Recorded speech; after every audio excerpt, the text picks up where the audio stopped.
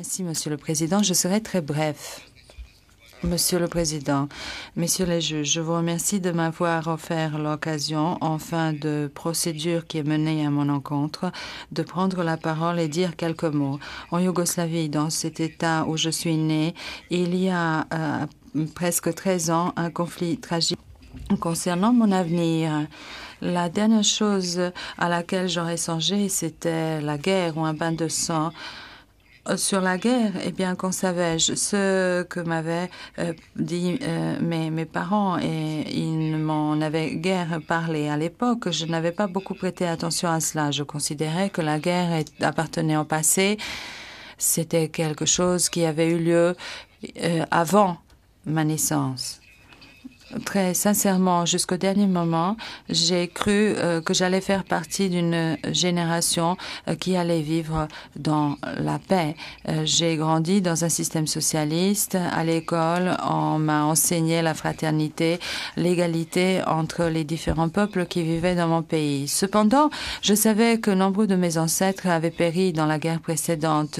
J'étais au courant de l'existence du camp de Jasenovac. Cependant, à l'époque, j'étais convaincue que cela appartenait au passé et que ceci n'avait rien à voir avec moi. Je vivais en paix avec mes voisins, des croates, des musulmans. On se fréquentait, on vivait ensemble et pas les uns à côté des autres. Parfois, on avait même plus que des simples fréquentations, des petites amies qui n'étaient pas serbes, par exemple. J'en ai eu et jamais mes parents ne me l'ont reproché. Au début des années 90, tout a changé. La radio, la télévision, la presse, il y avait partout des discours sur les menaces qui pesaient sur les Serbes, les musulmans ou les Croates en fonction de celui qui possédait le média en question. Et on a commencé à se diviser. On ne pensait plus de la même façon des mêmes choses. À l'époque, je n'ai pas pu me l'expliquer. Je n'arrive pas non plus à me l'expliquer aujourd'hui. Je ne le comprends pas. J'étais profondément convaincue que mon peuple était de nouveau menacé d'un danger équivalent à celui de Jasenovac. Pour des raisons patriotiques, j'ai voulu être mobilisée. J'étais jeune, j'étais fort, j'étais en bonne santé. Et ce sont des gens comme ça dont l'armée a besoin. Et je voulais défendre mon peuple. La dernière chose à laquelle j'aurais songé, c'était d'attaquer qui que ce soit. Au printemps 92, je suis donc devenue membre du peloton d'intervention de Prijedor et des choses terribles se sont produites à Prijedor. J'aimerais effacer cela. Mes voisins, des Croates, des musulmans, ont dû partir.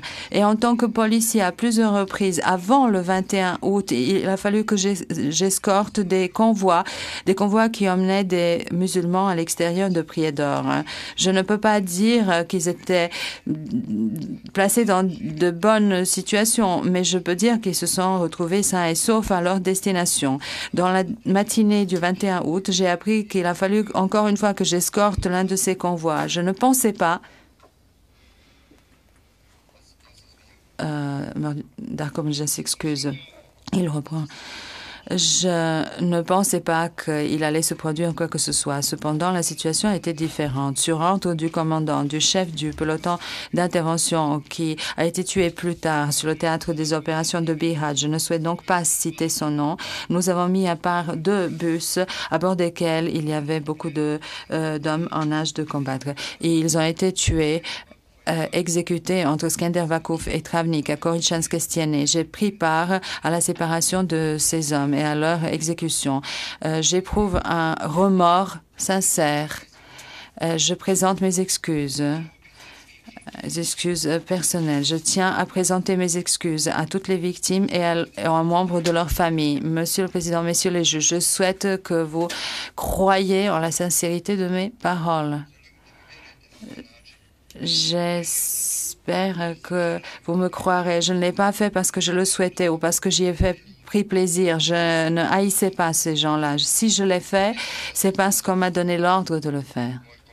Mon commandant, qui par ailleurs bénéficiait d'une grande autorité et que l'on craignait, a été présent sur place et c'est lui-même qui a donné ses ordres. À ces moments-là, je n'ai pas eu la force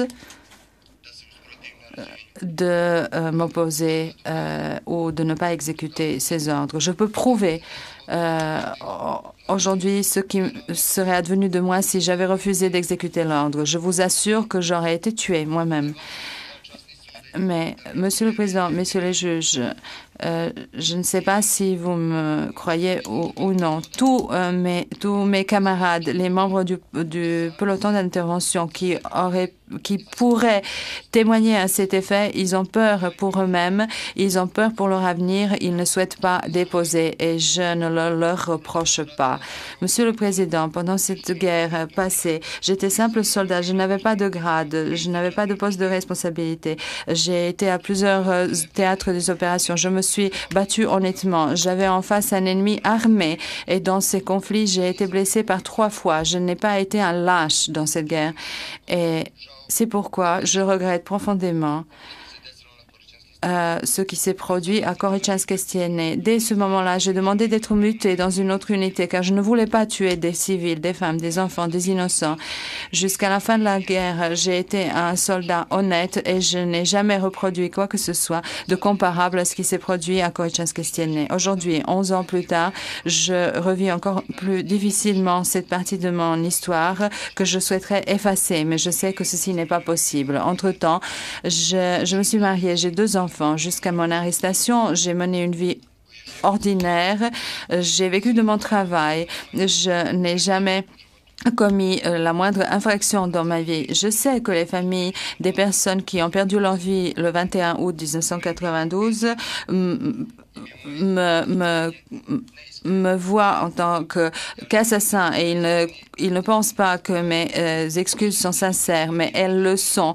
Je suis prêt à purger la peine que j'ai méritée. J'espère que mon aveu et mes remords contribueront encore au moins un petit peu que ce genre de choses ne se reproduisent plus dans nos régions. J'espère que ceci encouragera d'autres à procéder comme je l'ai fait, car c'est la seule manière qui nous permettra de nous relever d'un gros fardeau que je porte voici déjà 11 ans et je suis sûre que ceci continuera jusqu'à la fin de ma vie. Encore une fois, je présente mes plus sincères excuses aux victimes, aux membres de leur famille et je tiens à remercier cette honorable Chambre de m'avoir permis de prendre la parole. Je vous remercie.